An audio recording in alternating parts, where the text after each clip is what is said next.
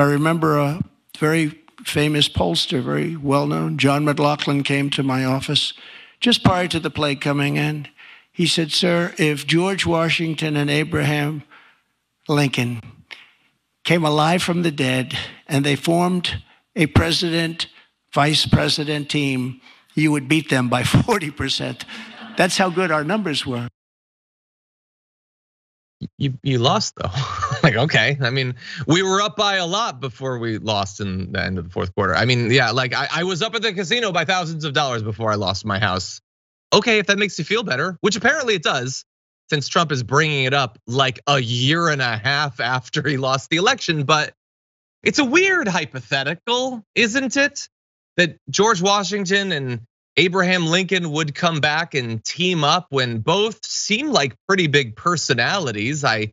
Do they agree that much on policy? It's this weird ahistorical take. You know, history isn't like one point in time. They come from very different eras, probably have very different positions on certain important issues, like slavery, for instance.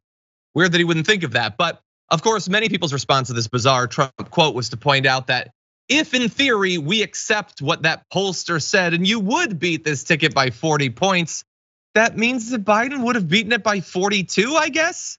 I don't know, Jessica, what do you think? I know you're a student of history. Yeah, when Donald Trump gives these speeches, it reminds me of when you're asked to give a child a bedtime story and you're just making stuff up as you go. He's like, Abraham Lincoln. It's like the pausing is really interesting. Like, how does he come up with the words before he says them? I really don't understand. But it's precisely that. It's all fiction. He's regurgitating some half-baked version of a poll that he saw. He clearly doesn't understand statistics because you're absolutely right. If it was a 40-point difference and Biden was ahead by 2, Biden would have 42. Like, it just doesn't make any sense.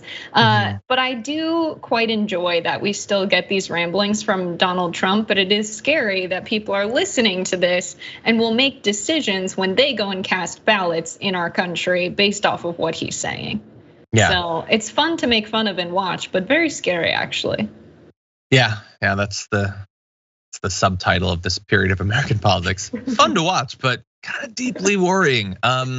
Yeah, and honestly, like he's an idiot and all that. That's true, but he's probably right. I mean, I'm not even saying that like Washington or Lincoln were great.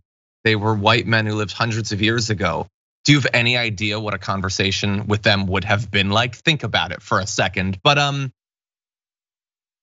don't know. Like I don't think Reagan could beat Trump at this point. Like the world has devolved so much.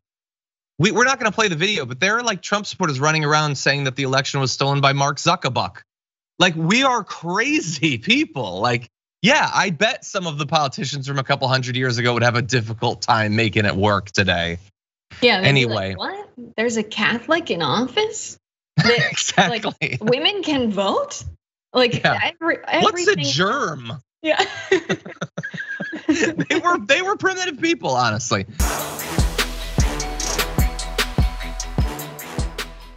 For more political news breakdowns, interviews, stories of activism, and me trying my hardest to care about the occasional big celebrity news story, subscribe to our YouTube channel at youtube.com/thedamagereport. And you can ring the bell wherever it is so you don't miss anything.